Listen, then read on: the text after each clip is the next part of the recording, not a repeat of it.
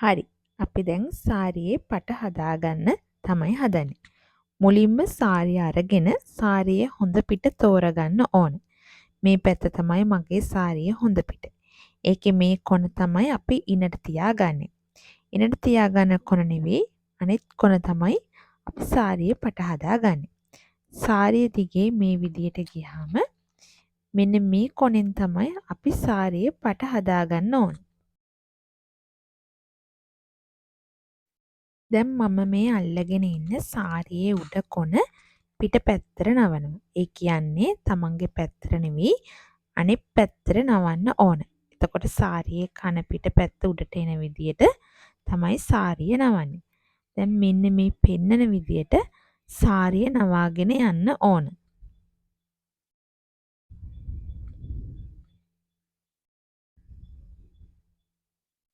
සාරිය මේ විදිහට නවාගෙන යනකොට අන්තිම ටික සාරියේ හොඳ පිට එන්න ඕන. අපි පටන් ගත්තේ සාරියේ කන පිටින් අන්තිමට නවාගෙන යනකොට සාරියේ හොඳ පිට එන්න ඕන. අන්න ඒ විදිහට තමයි සාරියේ පට හදා ගන්න ඕන. නැත්තම් අපිට සාරියේ ලස්සනට ඇඳ ගන්න බැරි වෙනවා. ඒ නිසා ඒ විදිහට අපි සාරියේ පට හදා ගන්න ඕන. ඔයගොල්ලන්ට මුලින්ම කරනකොට නම් මේ විදිහට හදාගන්න බැරි වෙයි. ටික ටික පුරුදු වෙනකොට ඒ විදිහට හදාගන්න පුළුවන් වෙයි. මේ සාරිය සිල්ක් ගතිය අඩු සාරියක්. සිල්ක් සාරි වගේ නෙමෙයි. මේ සාරි වල සාරි පට හදාගන්න ටිකක් හරි අමාරුයි. ඒ නිසා මෙන්න මේ පෙන්වලා තියෙන විදිහට මම සාරි පට කර්ටන් රෙද්දට යතුරු කටු දෙකකින් සවි කරලා අතින් මේ පෙන්නන විදිහට සාරි පට හදාගන්න. එතකොට අපිට ලස්සනට නීට් එකට සාරි පට හදාගන්න පුළුවන්. මේ විදිහට සාරි පට හදාගෙන අයන් කරාම ලස්සනට තියෙනවා. ඒ නිසා ඔයාලත් තනියම සාරි අඳිනව නම් මේ විදිහට කරගන්න.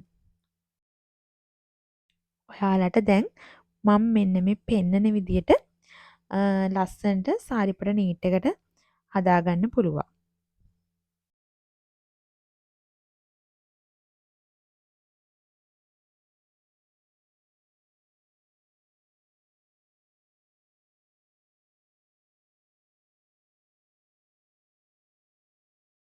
හරි දැන් අපි සාරි අඳින්න තමයි හදන්නේ. මේ කොන අපි අන්ඩර්ස්කර්ට් එකට යට කරගෙන කටුවකින් රඳව ගන්නවා. මේ වෙලාවේ අපි සාරිය උස තීරණය කරගන්න ඕන. ඔන්න ওই විදියට අපි ඇඟ වටේ වටයක් මේ සාරිය අරගෙන ඇවිල්ලා අන්ඩර්ස්කර්ට් එකට යට කරගන්නවා. මේ වෙලාවේ සපත්තු දාගෙන තමයි ඉන්න ඕන. සාරිය අඳින්න උස තීරණය කරගන්නේ අපි දාගෙන සපත්තුත් එක්ක. ඊට පස්සේ අපි සාරියේ පට හදාගෙන ඉන්නේ ඔන්න ඔතනින් තමයි සාරියේ පට හදාගෙන ඉන්නේ. මෙන්න මේ සාරි පට හැර ඉතුරු මේ ටික අපි ওই විදිහට මේ අන්ඩර්ස්කර්ට් එකට යට කරලා සාරියේ පට වටයක් අරගෙන එනවා. ඔන්න දැන් අපි සාරියේ පට අරගෙන ආවා. සාරියේ පට මදි නම් ඔයගලන්ට පුළුවන් ඒක දික් කරගන්න. දැන් අපි උස බලලා සාරියේ පට උස ගන්න නැති වෙන බලලා සාරි ජැකට් එකට කටුවකින් රඳව ගන්න. නැත්නම් සාරි පට හෙට මෙහෙට යන්න පුළුවන් නිසා.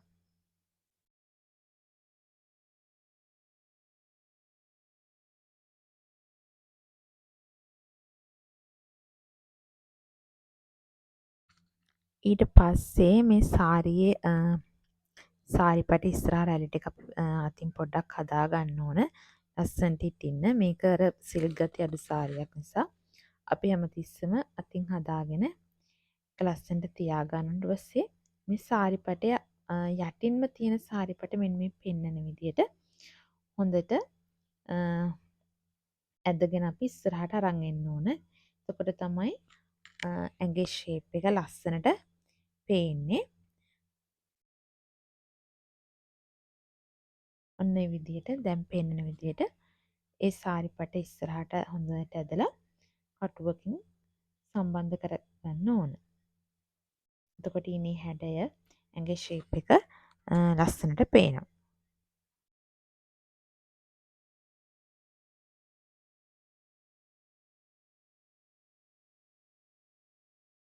ඊට පස්සේ අපි අනිත් රැලි වලත් ඒ විදියට පොඩ්ඩක් හොඳට ඇදලා ඒ ටිකත් ඔන්නේ පෙන්නන විදියටම අපි කටුවකින් සම්බන්ධ කරගන්න. එතකොට ලස්සනට ඉනේ ෂේප් එක එනවා.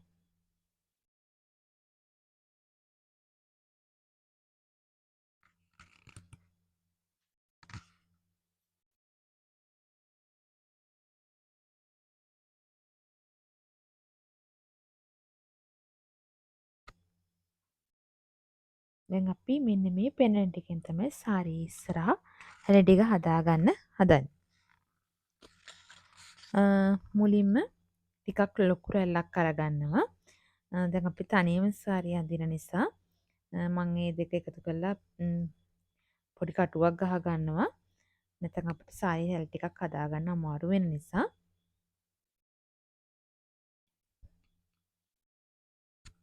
ඊට පස්සේ ඔන්න ඔය පෙන්නන විදිහට සාරියේ රැලි පොඩි රැලි හදාගන්න ඕන. හැබැයි මේ වීඩියෝ එකෙන් ඒ ටික හොඳටම පේන්නේ නැහැ. ඔන්න ඒ විදිහට රැලි හදාගන්න ඕන. මගේ තව සාරි අඳින වීඩියෝ තියෙනවා ඔයාලට පුළුවන් මේ ඒවත් බලන්න. ඊට පස්සේ අපි මුලින් හදාගත්ත අර ලොකු රැල්ලේ අර ඒ මං ගහපු කටුව අයින් කරලා මගේ රැල්ල පොඩ්ඩක් උස්ස ගන්නවා. මොකද නැත්තම් මේ සාරියේ යටින් ඒ රැල්ල පේන්න පුළුවන්. ඊට පස්සේ අපි මෙන්න මේ විදිහට සාරියේ රැලි ටික එකතු කරලා කටුවක් ගහ ගන්න ඕන. අපි ඊට පස්සේ උස ප්‍රමාණය බලලා ඉතිරි ටික අන්ඩර්ස්කර්ට් එකට යට කරගන්නවා. ඊට පස්සේ අපි සාරිය ඔන්න ඔය විදිහට ඒ වැඩි රැලි මේ කොටස් අන්ඩර්ස්කර්ට් එකට යට කරගෙන සාරිය ලස්සනට හදාගන්න ඕන. දැන් අපි සාරිය ඇඳලා ඉවරයි. දැන් අපි මේ වැඩි අතුරු කටු ටික ගලවලා සාරිය පිළිවෙලට නීට් එකට ලස්සනට හදාගන්න තමයි තියෙන්නේ. මේ සාරිය හොඳට මදින්න ඕන. එතකොට ලස්සනට සාරිය මේ ඇඳගන්න අපිට පුළුවන්. ඔයාලට සාරි පට මං කලින් මේ පෙන්වලා දීපු විදියට හොඳට අයන් කරගන්න පුළුවන්. එතකොට අපිට ලස්සන සාරියක් ඇඳගන්න පුළුවන්. දැන් අපි සාරිය ඇඳලා ඉවරයි. ඔන්න ඔය විදියට ඔයාලටත් පුළුවන් තනියම සාරිය අඳින්න. එහෙනම් තවත් වීඩියෝ එකකින් ඉක්මනින්ම හමු වෙමු.